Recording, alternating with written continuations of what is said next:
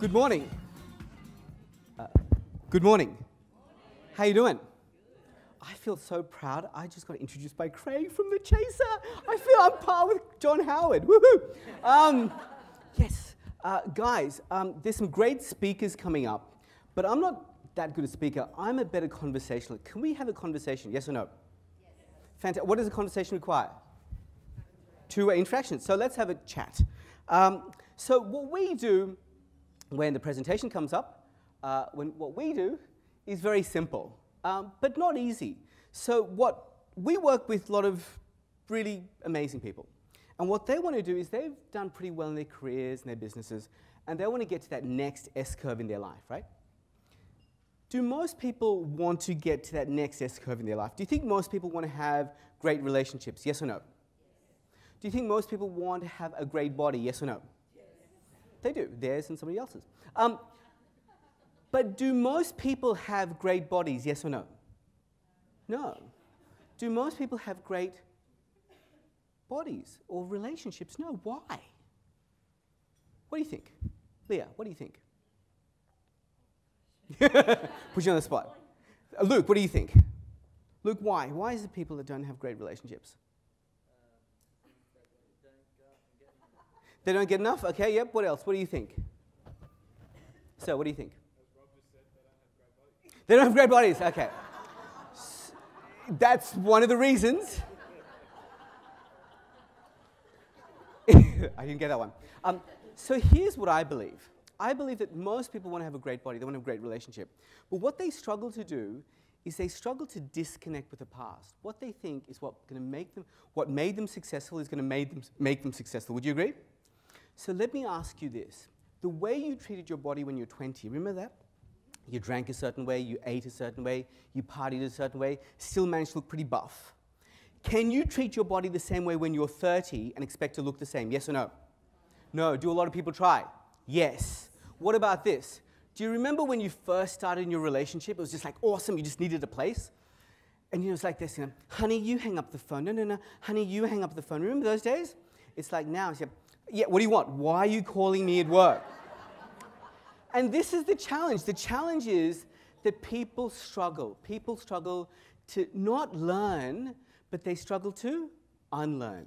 And I want to talk to you about this unlearning process. Because what we find is that we all have targets. Do you have targets, yes or no? Yes, you do. Meeting your targets is dead easy. It's simple. Sacrifice your health, sacrifice your relationships, you will hit those targets.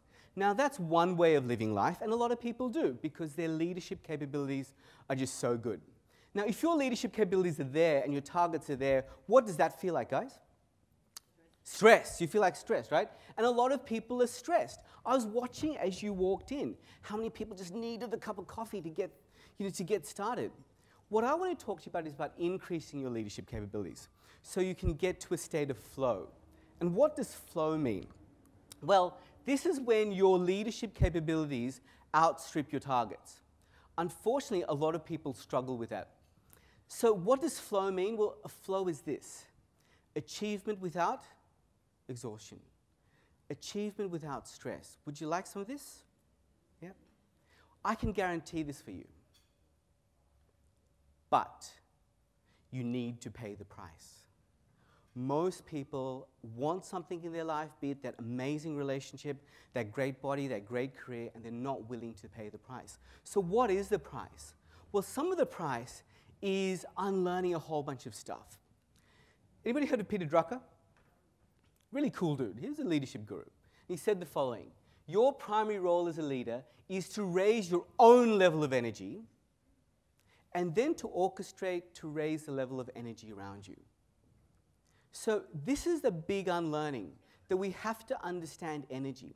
What I want you to do is I want you to forget about time management. If you want to live a life of flow, you have to let go of time management. Some people now are grabbing for their phones, looking at their to-do list. That will only get you part of the way there. Just to be sure, this is not what I mean by energy management. Okay, so we do work all around the world, and I want to show you a framework, share a framework with you that we found people just really latch onto. It's really, really simple. So let's imagine this.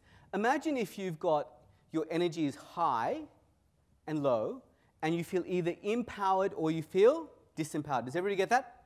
Yep? Not rocket science. Okay. So, Lyndall, what happens if your energy is, if your energy is high and you feel disempowered? What kind of emotions do you feel? Frustrated. Help her out, guys. What are other emotions? Stress. What else? Come on. Anxious, agitated. So we call this the red box. You're angry, fearful, agitated. Who knows the people that live in that box? Come on. Yep, obviously not in your family or your work, but other friends that, yeah. What about, sorry, what was your name again? Penny. Penny, what if your energy is low and disempowered? So you've got low energy and you feel disempowered. What kind of emotions are you feeling there? Yep, apathetic. So we call this the black box. Depressed, apathetic, burnt out, hopeless, defeated. Who knows the people that live in this box? Yeah, okay, there's so much fun to be around. All right, now, Claire, all right. What if you've got high energy, whoops, I've showed it to you. High energy, and you feel empowered. It's like, woohoo! What kind of emotions are you feeling? You're on a high, you're focused, you're... Fantastic. Do we hear that? Do we hear that? Okay, so this is the blue box. It's woohoo! It's invigorated, focused, challenge, it's awesome. All right, Margot, the last box. What if you've got low energy and you feel empowered? Stifled. Did you hear that? She said stifled. No. Sorry. And in all the boxes, all the world, whatever we do with corporates, this is the box that most people struggle with. This is what we call the orange box. This is relaxed, calm, tranquil, serene, centered.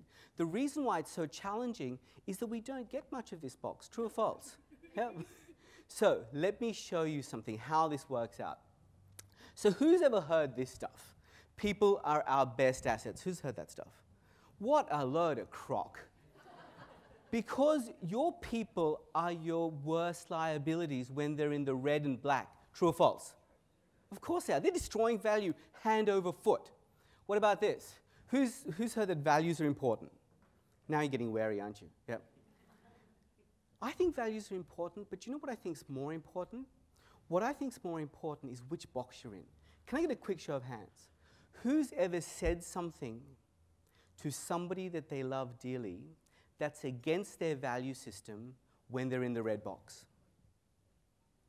You get what I'm trying to say? So what's really important is to make sure you're in the right box at the right time. Here's the next one, innovation. Which box do you think has driven the best innovations in our life as a species? It's the orange box. Where was Newton when he came up with the law of gravity? Under a tree. Where was Archimedes when he said, Eureka, Eureka, I found it? In a bath. Where was Einstein when he came up with E is equal to mc squared? Not at his lab, not in front of his computer. Well, they didn't have computers. But where was he? He was on a riverbank watching boats go past. So we're wanting our organizations to be more innovative, but we don't have the time or the skills to actually give us that space to come up with that truly exceptional. I love this one. Which box do most people like to be in? The blue box, right? So that's why you get motivational speakers. It's woohoo, let's go. Now, as a carbon-based life form, which I think you all are, can you survive in the blue box 365, 24/7? No. And this is what most people do. They love to be here in the blue box, but they can't survive there, and so they crash and burn. They get depleted, they get exhausted. You know what I'm talking about. Yeah? And nobody likes to be in the black box, do they? So what they do is they come home and take it out on the people they love the most. You get what I'm trying to say? And that is not tenable. That is not sustainable. Oh, this is great.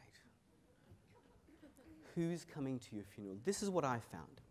I have found that most people give their best energy to the people who will not rock up at their funeral. Do you know what I mean by this? Okay, imagine this. I've come home. Hi, honey, I'm tired, I'm exhausted. I went to this showcase, nobody laughed at my jokes. I'm exhausted, kids, just leave me alone. And then the client calls and says, oh, hi, how you doing? What the? And we do that, don't we?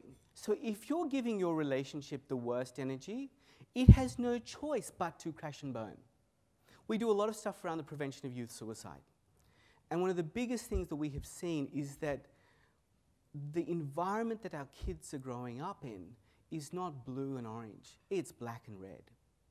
And what we want to do is we don't want to speak to the kids, we want to speak to the parents, because they're responsible for making sure that the climate is a blue and orange climate, that it's reinvigorating. I love this one. Win-win conversations. I know there's a lot of people, who's in a relationship business? Yep. Who's in a relationship business? So I think you kind of all are. Like the quality of your results are driven by your quality of your relationships. Your relationships are driven by the quality of your conversations. The problem is that people, unfortunately, struggle to have the right conversations. You know what I'm talking about. Think about all the conversations in your life that you haven't quite had. And a lot of people try to have the conversations in the wrong box. If you're in the wrong box, shut up. Who's ever done this? You've come home, you said, I'm not going to have a fight, I'm not going to have a fight. Oh crap, I've just had a fight. Do you know what I'm talking about? And so a lot of people are logically preparing for their conversations, but they're not emotionally preparing for their conversations. You have to emotionally prepare. If your child, your partner, your client is in the wrong box, get them out first and foremost. Then try and have the conversation. Never ever give logic to somebody who's emotional. Who's ever done this? Oh, stop being so angry. I'm not angry! You know what I'm talking about? All right. So, next one. I think the biggest challenge we see in corporate Australia, corporates all around the world actually, is burnout. Is that most people like to be in the blue, and you cannot sustain that. And we see a lot of people burning out before we see the best in them. And I think that's a real tragedy. And they kind of keep on working through, the coffees. I used to be 6 cups of coffee kind of guy, work hard, play hard. And I think the biggest challenge is for you to learn how to fluctuate between the orange and the blue. And the other thing that we've seen is in a lot of organizations that are trying to do cultural transformation or change, is that if your people are in the wrong box, don't start, because you will crash and burn.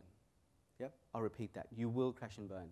And what we found is that after the GFCs, a lot of people are exhausted, they're depleted, and they're suffering from change fatigue. Do you know what I mean by change fatigue? Yep. And then the person comes up with, and this is the great strategy, and it's lovely PowerPoint slides, and they have no hope in hell of delivering those on that strategy. And I used to be a management consultant, for God's sakes. I used to make money from doing this. 95% of strategy doesn't work. Not because it's not a great strategy, but because there's not enough team resilience to carry it out.